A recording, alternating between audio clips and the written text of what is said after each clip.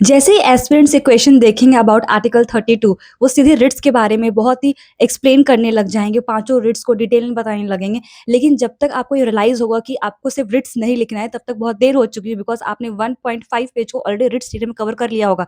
चलिए जानते हैं कैसे हम इसको पहले अच्छे से समझ के इस क्वेश्चन के डिमांड को हम लोग अपने आंसर को स्ट्रक्चर कर सकते हैं। तो क्वेश्चन सिंपली कह दिया गया है, आर्टिकल 32 से heart and soul of the constitution कहते हैं, उसे एक्सप्लेन करिए।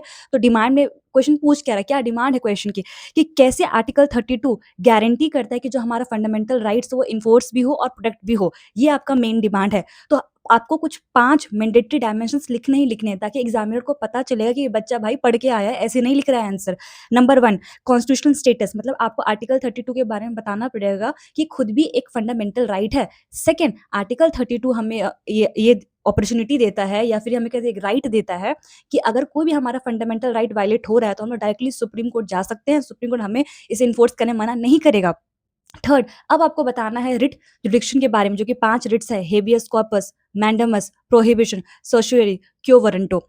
फोर्थ, आपको बताना है रूल ऑफ लॉ को ये इंश्योर करेगा, और जो भी आर्बिट्री स्टेट एक्शन है उससे हमें प्रोटेक्ट करता है। फिफ्थ, आपको लिमिटेशंस के बारे में बताना कि आर्टिकल 32 में कुछ तो लिमिटेशंस होगा ही ना, एकदम परफेक्ट तो होगा नहीं। तो आप 1 से 2 सब पॉइंट्स में उसके लिमिटेशन बता सकते हो। तो बेसिकली आपका आइडल स्ट्रक्चर क्या होगा, आप इंट्रोडक्शन लिखोगे 1 से 2 लाइन्स में, नहीं 2 से 3 लाइन्स में, बिकॉज ये क्वेश्चन में 8 मार्क्स का कैरी करता है ये। फिर आप नेचर बताओगे आर्टिकल 32 का, क्यों हार्ट एंड सोल कहते हैं, इसको आप प्रॉपर्ली हेडिंग में लिखोगे, why heart and soul, and सब पॉइंट्स इसमें लिखोगे आप। सिग्निफिकेंस बताओगे, या फिर आप लिमिटेशन जो आप चाहे वो मर्जी वो बताइए, एंड आप वैल्यू एडिशन में आप अंबेडकर जी को कोट कर सकते हो, एंड देन आपका कंक्लूजन।